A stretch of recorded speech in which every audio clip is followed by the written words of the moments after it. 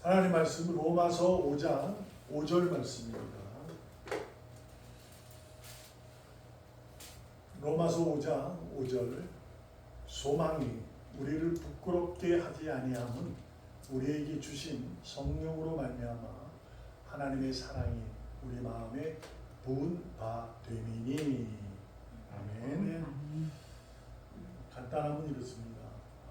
성령님께서 우리를 주장하시니 그 주장함은 하나님의 사랑이 우리를 이끌어 가신다라는 거죠.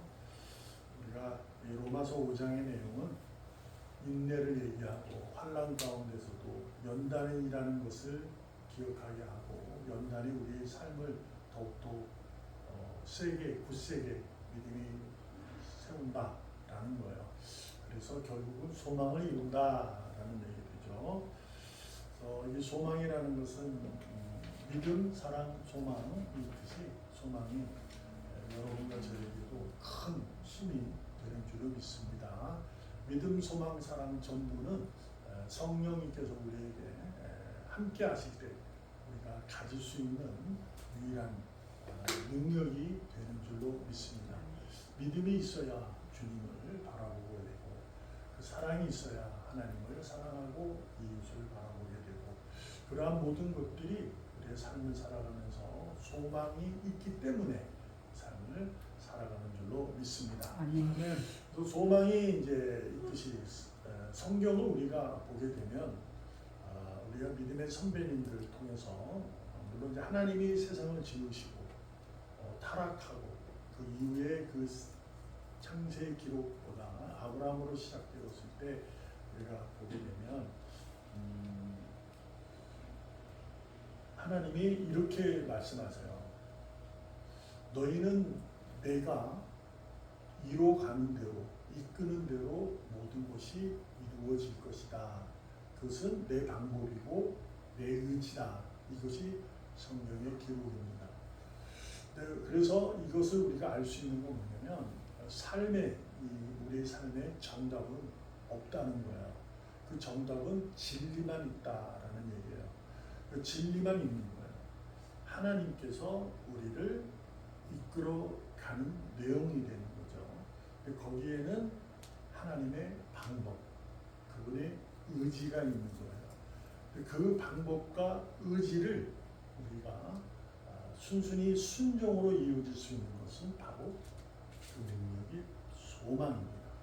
그 소망이 있기 때문에 우리가 견뎌낼 수 있고 버텨낼 수 있는 겁니다. 그러므로 우리는 의인, 즉 복음, 십자가의 죽음과 무덤에서 다시 살아나신 주님, 부활의 능력으로 된 복음, 그 복음을 가진 자는 진리를 가진 소망에 넘치는 자입니다. 이게 어떤 의미냐면 복음과 진리는 같은 거지만 복음은 변하지 않아요. 그렇죠? 진리도 변하지 않아요. 근데 어떤 것을 얘기하고 싶은가? 오늘 바울도 얘기했듯이 소망이 우리를 부끄럽게 하지 아니한다라는 내용이 있잖아요. 이것을 왜 이런 얘기를 했을까라는 거죠. 우리가 믿음을 가지고 당시로 얘기하면 막 그 당시에 여러 신앙의 내용들이 있고 지식이 있고 그리고 유대교의 사상도 있고 그 신학이 있는 거예요. 그랬다가 예수가 이제 죽었지만 살았다 이렇게 된 거죠. 그 복음을 듣고 이제 예수를 믿게 되고 따르게 된 거예요. 그래서 그들이 그리스도인이다 이렇게 이제 되고 된 거죠. 그런데 점점 이제 이들이 이제 부끄러워지는 거예요. 왜 부끄러워지는가? 부끄럽다는 얘기는 수치를 얘기하고 있어요. 그것은 창세기를 보면 아는데 그것이 이제 하나님이 세상을 지으시고 남자 여자를 만나서 지으셨죠. 그들이 그 벌거벗었으나 부끄럽지 않았어요. 그러나 그들이 탐심에 의해서 선악 과실을 먹고 난 이후에 그들이 몸을 가리게 됩니다. 그래서 수치를 느끼게 된 거예요. 부끄러움을 알게 된 거예요. 그래서 이제 이북자 하나님이 그 아담을 불러서 친히 가죽 옷을 이제 입혀 주신 거죠. 부끄러움을 아니까 부끄럽지 않도록 입혀 주신 거예요. 부끄럽지 않도록 입혀준 가죽 옷을 우리가 은유적인 표현으로 예수님이시다, 그리스도다 이렇게 이제 얘기를 하게 되는 거죠. 그래서 예수님을 통해서 그리스도를 통해서 너는 내 자녀다라는 부끄러움이 없는 자녀다 이제 이렇게 된 거예요. 그것을 아는 부끄러움을 얘기하고 있는 거죠. 이게 뭐냐? 타락한 모습이에요. 그러니까 예수를 믿게 됐는데 현실 속에서 일어나는 모든 일, 자신이 가진 신앙의 바람과 삶의 바람이 있잖아요. 살아가면서 그런 게 있거든요. 그러다 보니 이게 좀 그렇다라는 거여서 좀 예수 안 믿어야지 이런 거보다도 자꾸 타락의 길로 가고 있는 것을 얘기하고 있는 거예요. 부끄럽다는 것은 그것이 이제 성경의 내용입니다. 그래서 이제 그 부끄럽지 않는 것을 무엇으로 알 수 있느냐? 그게 소망이라는 거예요. 소망이 있으면 부끄럽지 않다는 거죠. 이게 뭐냐? 흔들리지 않는다.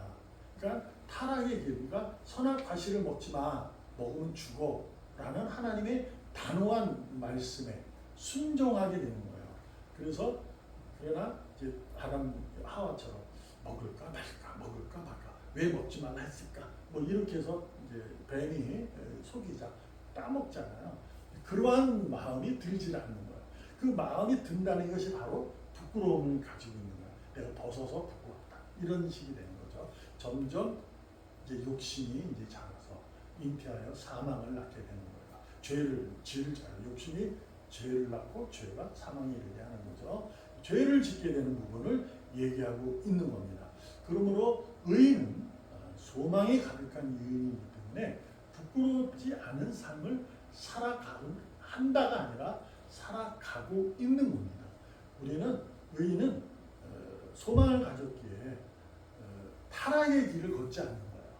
죄인의 길을 걷는 게 아니고 악인의 길을 따르지 않는 거고 오만한 자리에 앉지 않는 것을 의미하고 있는 거예요. 그럼에도 불구하고 의인은 실수할 수 있어요. 의인이면서도 실패도 합니다. 실패도 하는 거야. 그런데 그것이 의인으로서 다른 점이 뭐냐? 실수와 실패는 모든 사람이 할 수 있는 거야. 사람은 다 안전하지 못하기 때문에 처음에 말씀드렸던 것처럼 삶에는 정답이 없기 때문에 실수와 실패가 거듭되는 거예요. 그러나 의인은 이것이 소망이 가득하면 거기서도 자신의 삶이 부끄럽지 않아요. 무슨 얘기냐? 나는 괜찮아 이 얘기 아니라 타락의 길로 걷지 않는 거예요. 아멘. 그래도 그럼에도 불구하고 그 길을 걷는 거예요. 주님을 바라보고 하늘의 소망, 하나님이 나에게 약속하셨지. 그 약속을 붙들고 전혀 흔들리지 않고 실수 가운데서도 실패 가운데서도 찾아내는 거죠. 무엇을? 소망을 찾아내는 거야. 자신의 실수와 실패를 통해서 더 나은 내일을 간다. 이러기보다도 거기서 하나님이 나에게 베푸신 사랑. 그래서 우리가 알듯이 첫사랑을 찾아라. 그러면 처음 사랑을 기억하게 되고 사랑을 찾아가게 됩니다. 근데 여기서 이제 말씀드렸듯이 누구나 실수와 실패하는 이유가 뭘까? 그것은 삶에는 정답이 없다 그랬어요. 왜요? 믿는 사람 우리 여러분과 저희는 진리만 있기 때문이죠. 근데 그 진리가 어떤 거냐? 그분의 방법이고 그분의 의지예요. 그래서 우리가 실수하고 실패할 수 있는 거거든요. 왜냐하면 하나님이 끄는 방법이 있고 끄는 의지로 끄는 길이 다를 수 있다는 거죠. 우리가 생각하고 내가 바라고 내가 열심히 이렇게 했을 때 그 일을 하는데 하나님이 거죠. 그래서 우리가 계획하는 의인으로 계획하는 삶은 소망이 있는 사람은 의심하지 않는다는 거죠. 그것이 왜? 하나님의 방법이고 하나님의 의지인 줄 알기 때문에 그래요. 아멘. 왜 그러냐? 베드로전서 4장 16절 우리가 알듯이 베드로가 편지를 썼어요. 근데 베드로는 어떠한 인생을 살았는지 그가 예수님을 따르면서 3년 이상을 따르면서 그 이후에 그가 어떤 인생을 살았는지 우리는 잘 알고 있어요. 그러나 성령이 임하여 사도의 역할을 하기 전에 그 모습은 우리가 잘 알잖아요. 그가 얼마나 예수님에서 힘쓰고 노력하고 애썼는지를. 그러나 결국 그도 예수님을 버리게 되고 도망가게 되고 저주까지 하고 그랬던 인물임을 우리는 알아요. 그 베드로는 철저히 자신의 죄를 회개하고 통곡하여 울면서 회개하면서 그의 길을 걷는 거야. 그가 이런 얘기를 합니다. 만일 그리스도인으로, 만일 그리스도인이라면, 만일 너가 의인이라면 의인도 고난을 받는다 이거예요. 그러니까 실수하고 실패한다 이거 삶이 정답이었기 때문에. 그런데 부끄러워하지 말아라 이렇게 얘기하는 거죠. 타락의 길로 가지 말아라. 도리어 그 이름으로 하나님께 영광을 돌려라 라는 얘기를 하는 거죠. 그러니까 무슨 얘기냐, 우리가 실수하고 실패의 걸음을 걸어도 그것이 하나님의 방법이고 그것이 하나님의 의지라는 걸 아는 자는 소망이 있는 거잖아요. 소망을 가지기 때문에 알아요. 그래서 그 길에서 고난을 받아서 넘어지거나 흔들리거나 요도요도 뒤돌아서는 그 타락의 길을 걷는 것이 아니라, 그럼에도 불구하고 하나님의 방법이구나, 이지구나 해서 뭐라 그랬어요? 그 안에 하나님의 사랑을 찾아내는 거야. 하나님의 영광을 찾아내는 거야. 그래서 거기서도 믿음으로 다시금 뚜벅뚜벅 자신의 주어진 환경, 주어진 상황, 주어진 자리, 그 자리에서 최선을 다해서 그 길을 걷는 겁니다. 말씀드렸다시피 하나님의 영광을 돌리려 그 삶을 살아가는 거죠. 그 이유는 뭘까요? 하나님은 선하시고 은혜로우시고 강하신 분이에요. 그러면 그분이 방법이고 그분이 의지라는 얘기는, 우리가 그 방법에 따르게 되면 하나님이 우리의 삶 가운데 강함이 되주시겠다는 얘기가 되는 거거든요. 그래서 우리는 거는 겁니다. 여러분, 부끄럽지 않다. 여러분과 저는 부끄러운 인생을 사는 자들이 결코 아닌 거죠.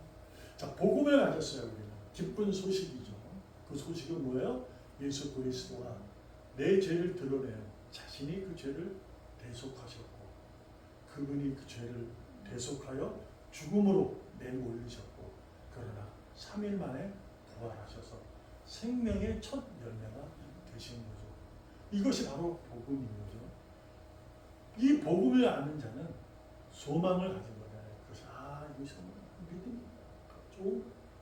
그러나 그 다음부터 가는 것이 뭐냐면, 말씀드렸다시피 삶에는 정답이 없지만 진리만 있을 뿐이다. 진리는 뭐예요? 말씀인 거예요. 말씀. 예수 그리스도라고 북한할 수 있는 거죠. 예수 그리스도. 이 말씀이 우리의 길을 끌어가는 거예요. 이 말씀이 그분의 방법이고 이 말씀이 그분의 의지예요. 그러니까 이 말씀을 통해서 우리가 그 진리의 길을 따라 걷는 거죠.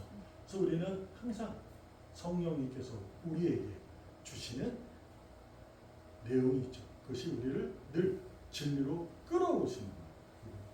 그분이 하신 일은, 성령님이 하신 일은 예수 그리스도께서 우리에게 살아계셨을 때, 함께 하셨을 때 가르치고 고쳐주고 말씀하신 것들을 우리에게 기억나게 하시는 분이거든요. 그분은 그 일을 하시면 딴 일을 하시지 않아요. 그러니까 그런 분이 그것을 왜 그러냐? 우리를 진리로 끌어가는 거예요. 그분이 그러는 거죠. 우리는 그래서 거기에 소망이 있는 사람은, 진리는 살아있는 자만이 가질 수 있는 거죠. 삶에는 정답이 없어도 그분이 끄는 대로, 그분의 방법대로, 그분의 의지대로 우리는 순종하면 됩니다. 그 순종이 크나큰 순종, 너무너무 큰 순종 가지 않아도 됩니다. 아주 작은 순종이 반복으로 이루어지면 그 순종이 영원한 순종이 되는 거예요. 우리는 무언가 크게 하거든요. 내일에서 한 발자국 한 발자국 뚜벅뚜벅 그러다 보면 이제 뛸 수도 있고, 자동차를 타고 갈 수도 있고 비행기를 타고 갈 수도 있는 거 아니에요. 그것은 하나님이 하신 일이고, 다만 우리에게 주어진 것은 내 삶 속에서 나의 삶의 지침으로 인해서 부끄러운 타락의 길을 걷는 것이 아니라 오히려 그 가운데서도 하나님께 영광을 돌리기 위한 그 삶을 지켜내고 신앙의 매우 또 굳건해지고 그러한 삶을 살아가야 될 줄로 믿습니다. 아멘. 오늘도 내게 주어진 이 삶을 기뻐하시고 감사함으로 살아가기를 주님의 이름으로 축복합니다. 아멘. 기도하겠습니다. 살아계신 하나님 감사합니다. 오늘도 주님은 우리를 이끌어 주시는 가운데 사랑에 깃들게 하시는 줄로 믿습니다. 특별히 부끄러운 인생을 살아가지 않도록 우리를 오늘도 지켜주시고 이끌어 가시니 감사드립니다. 아멘. 아버지 하나님, 우리의 방법과 우리의 의지를 내려놓고 하나님의 방법과 의지 말씀에 순종하여 기뻐하고 감사함으로 나아가게 하여 주시옵소서. 아멘. 절대 강하신 주님만을 의지하고 나아갈 수 있는 믿음의 능력이 있게 하여 주시옵소서. 아멘. 예수님의 이름으로 감사하며 기도합니다. 아멘. 아멘.